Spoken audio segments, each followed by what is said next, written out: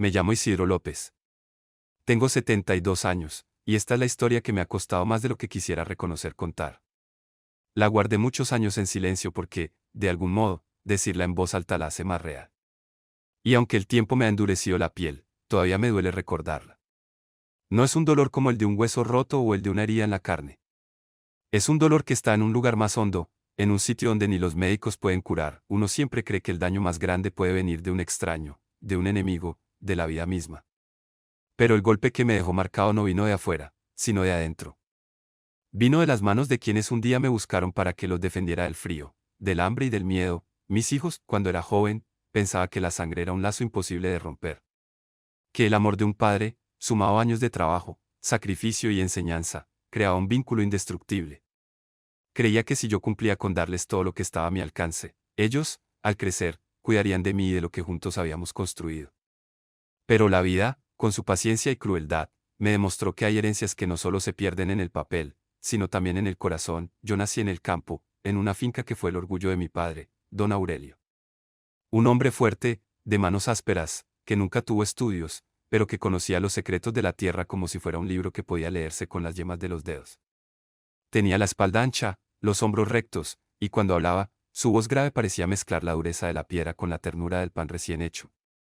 Mi padre me enseñó que la tierra no es solo un bien, es un ser vivo que respira, que siente, que necesita cuidado. Isidro, la tierra es lo único que no se fabrica. Si la pierdes para siempre, me repetía cada vez que, de niño, yo me quejaba por tener que trabajar bajo el sol o en la lluvia. La finca tenía 10 hectáreas de cultivo y 6 de pasto para el ganado. Allí sembrábamos maíz, papas, trigo, y criábamos vacas y ovejas. Cada hectárea estaba marcada en mi memoria, la zona donde el suelo era más oscuro y fértil, el lugar donde un arroyo pequeño cruzaba y refrescaba el campo, el viejo nogal que daba sombra en verano y que, en invierno, parecía un gigante dormido. Cuando mi padre murió, yo tenía 28 años y ya conocía cada palmo del terreno. Era mi hogar, mi trabajo y mi herencia. Pocos meses después conocí a Rosa, la mujer que se convirtió en el corazón de mi casa. Rosa era capaz de ordeñar una vaca al amanecer, amasar pan para el desayuno, y en la tarde coser una camisa como si nada. Tenía una paciencia que yo nunca pude igualar, y una fe en la familia que le daba sentido a todo lo que hacíamos. Con Rosa tuvimos 3 hijos, Luis, el mayor, Marcos, el de en medio, y Clara, la menor. Desde el primer día que los tuve en brazos, juré que haría todo lo que pudiera para darles una vida mejor que la mía. Y no me refiero solo a lo material. Quería darles estudios, abrirles caminos, que conocieran algo más allá del campo y, algún día, regresaran con ideas para mejorar la finca. Criarlos en el campo fue una mezcla de trabajo y amor. Luis era serio, observador. Desde pequeño parecía más viejo de lo que era. Le gustaba escuchar las conversaciones de los adultos, y a veces repetía frases de su abuelo como si las entendiera por completo.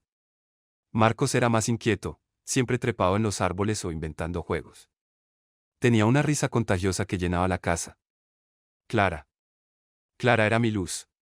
Me seguía a todos lados, me preguntaba por qué las plantas necesitaban agua o por qué el cielo se ponía rojo al atardecer. En invierno, cuando el frío calaba los huesos, los 3 dormían juntos en la misma cama, arropados hasta la nariz, y yo los veía por la puerta entreabierta antes de irme a apagar el candil. En verano, corrían por los surcos, descalzos, con las manos manchadas de tierra y los bolsillos llenos de moras. Esos recuerdos son los que más me pesan hoy. Cuando crecieron, llegó el momento de enviarlos a la ciudad a estudiar. ¿Fue un sacrificio enorme? Vendí parte del ganado, trabajé para otros, acepté cosechas más cortas para ahorrar. Hubo días en que Rosa y yo comíamos pan duro y queso porque la carne y los huevos iban para vender. Pero valió la pena, o eso creía. Entonces. Luis estudió Derecho. Decía que quería defender a la gente justa. Marcos estudió Ingeniería Civil, con la idea de construir caminos que unieran pueblos. Clara eligió Administración y soñaba con modernizar la finca y hacerla más rentable. Los primeros años, venían en vacaciones. Ayudaban, se ensuciaban, se reían. Pero poco a poco, las visitas se acortaron. Empezaron a traer ropa cara, a hablar de restaurantes, de oficinas, de negocios. Yo los escuchaba, orgulloso pero preocupado. Veía cómo se alejaban del campo, cómo sus manos se volvían suaves, como ya no reconocían el olor de la lluvia. Una tarde de domingo, llegaron los 3 juntos. Rosa preparó café, pan caliente y mermelada. Nos sentamos en la galería. Desde allí, La finca parecía más viva que nunca. Yo pensaba que íbamos a hablar de planes para expandir los cultivos. Pero no, Luis habló primero. Papá, hemos estado conversando y creemos que sería bueno poner las tierras a nuestro nombre ahora, para ir planificando. Lo miré sin entender. ¿Planificando qué? Pregunté. Marcos intervino. Pues, hacer proyectos, vender una parte, invertir en negocios. La palabra, vender, me golpeó. Esa tierra es de la familia. No se vende, dije. Clara, con voz suave pero firme, añadió. Papá, no sea terco. Con el dinero podríamos hacer mucho más que seguir sembrando. Luis intentó tranquilizarme. Papá, usted ya trabajó bastante. Es hora de que descanse. Nosotros podemos encargarnos, no respondí. El café se enfrió y el silencio se volvió pesado. En las semanas siguientes, la presión aumentó. Primero fueron promesas de que nada cambiaría. Luego argumentos legales. Finalmente, advertencias veladas. Papá, si no firma ahora, después será más complicado, decía Luis. No es justo que nos deje problemas cuando ya no esté, agregaba Marcos. Yo me negaba. Pero un día, Luis llegó con un documento. Es solo para que no haya problemas legales, me dijo. Usted seguirá viviendo aquí, nada cambia. Clara y Marcos asentían. Rosa me miró con preocupación, pero yo, confié.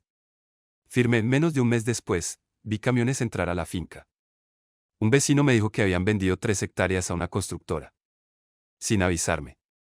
Sin consultarme, los enfrenté. ¿Cómo pudieron? Luis respondió. Es nuestro derecho. Marcos añadió. Papá, usted ya no entiende cómo funcionan las cosas. Clara dijo. Debería estar agradecido. Ahora tiene menos trabajo. No era solo tierra lo que se llevaban, eran recuerdos, historia, el legado de mi padre. Con el tiempo, vendieron más. Árboles talados, cercas derribadas, camiones llenos de tierra saliendo como si se llevaran pedazos de mi alma. Intenté hacerlos entrar en razón, pero ya no escuchaban. Las visitas se acabaron. Las llamadas se volvieron frías. La última vez que los vi juntos fue en el funeral de Rosa. Ni siquiera entonces hubo un abrazo sincero. Hoy vivo en 2 hectáreas, con una casa vieja y unos pocos animales. No paso hambre, pero paso soledad. Y la soledad que dejan los hijos no se parece a ninguna otra. He pensado mucho. Cedí por miedo a perderlos. Y los perdí igual. La sangre no garantiza lealtad. El apellido no garantiza amor. Y la herencia, en manos equivocadas, puede ser la ruta más rápida hacia la traición. Si alguien escucha mi historia, le diría, no entregue lo que ha cuidado toda su vida sin asegurarse de que quien lo reciba entiende su valor. El patrimonio más grande no es la tierra ni el dinero. Es el respeto y la gratitud. Y eso, no se firma en ningún papel.